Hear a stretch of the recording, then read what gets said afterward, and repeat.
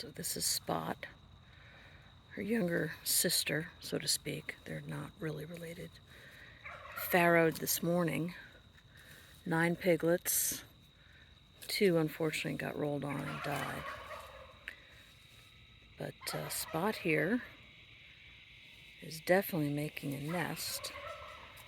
She's got a poke tree up on the left-hand side.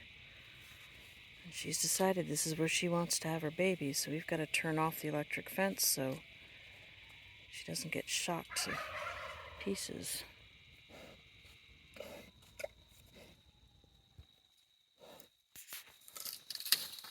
But it's pretty wild watching her actively build her little nest.